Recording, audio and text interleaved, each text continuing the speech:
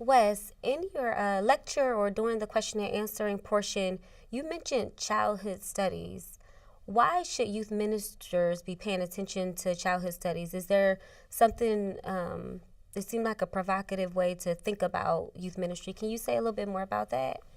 Yeah, I think childhood studies is a really, it's sort of a young field of interpretation, and it's an interdisciplinary field that is mostly about anthropology and sociology, and what it does is I think it offers us an alternative to some of our traditional understandings of what it means to be a young person.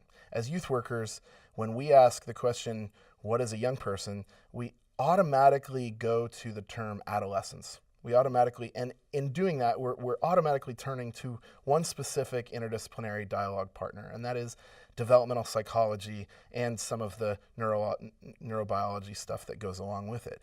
And perhaps more influential than any theologian in youth ministry has been Eric Erickson and his stage theory about where young people are. And it has still lived on to the point where you read in footnotes in some of the youth ministry literature that basically this is what we have to work with. Childhood studies, I think, is something else to work with. If we want to understand what young people are experiencing and how we can attend to that experience. The problem with adolescence is it focuses in on the potentiality of the young person. Basically, as a stage of development, adolescence is really just it's moving toward adulthood. So it's not really its own thing. The experience of the adult is what's centralized. Actually, the experience of generativity is what's prioritized. And that's sort of the key hermeneutical lens that we're looking at everything else. But childhood studies says that we don't have to study children or their experience just in terms of their potentiality. We don't have to treat them as human becomings. We can treat them as human beings. So they're not just potential adults, they're actually fully human beings right now. So adolescence is the same way. We don't have to look at young people as adolescents, as growing to maturity. That's what that word basically means. But we can actually look at them as human beings right now in whom the same Holy Spirit who's working in adults is alive and active. And I think theologically, in using childhood studies, looking at this way of interpreting young people's experience, we can actually let theology do more than it has.